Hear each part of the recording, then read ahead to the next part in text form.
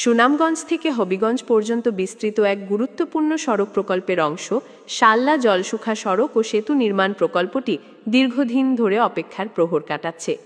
2019 সালে জাতীয় অর্থনৈতিক পরিষদের অনুমোদন নিয়ে প্রায় 770 কোটি টাকা বরাদ্দে যাত্রা শুরু করা এই প্রকল্পটি নানা পরিবেশগত ও প্রকৌশলগত বাধার কারণে প্রথম দিকে ধীর গতিতে এগিয়েছিল।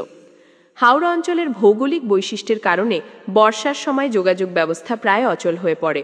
তাই এই প্রকল্পে বর্ষা ও বন্যার প্রভাব মোকাবেলায় সেতু ও কালভার্টের সংখ্যা বাড়ানোর সিদ্ধান্ত নেওয়া হয়েছে। কালভার্টের প্রস্থ 10 ফুট থেকে বাড়িয়ে 40 ফুট করা হয়েছে। পাশাপাশি প্রতি 300 মিটার অন্তর একটি সেতু নির্মাণের পরিকল্পনা গ্রহণ করা হয়েছে।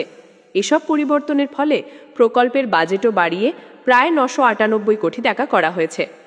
2022 সালের জুন মাস পর্যন্ত প্রকল্পের বাস্তব অগ্রগতি আনুমানিক 15% কাছাকাছি ছিল।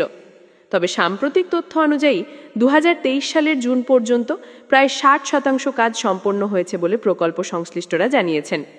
নতুন বরাদ্দ ও পরিকল্পনার আলোকে কাজের গতি আরও বাড়ানোর চেষ্টা চলছে। নির্মাণাধীন এই সড়কে 4টি পিসি girder bridge, 17টি RCC slab culvert এবং প্রায় 1800 মিটার ড্রেন নির্মাণ করা হবে। এছাড়াও আধুনিক প্রযুক্তি ব্যবহার করে ভরাট ও বাঁধ নির্মাণ করা হচ্ছে, যা সড়ককে দীর্ঘস্থায়ী করবে। স্থানীয় ব্যবসায়ী ও যাত্রীরা দীর্ঘদিন ধরে এই সড়কটির উন্নয়নের অপেক্ষায় রয়েছেন।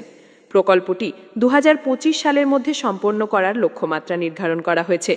প্রকল্প শেষ হলে সুনামগঞ্জ থেকে হবিগঞ্জের যাতায়াত অনেক সহজ ও দ্রুততর হবে। এতে শুধু যাত্রী সেবা নয়, ব্যবসা বাণিজ্য ও কৃষিপণ্য পরিবহনেও বিরাট সুবিধা হবে।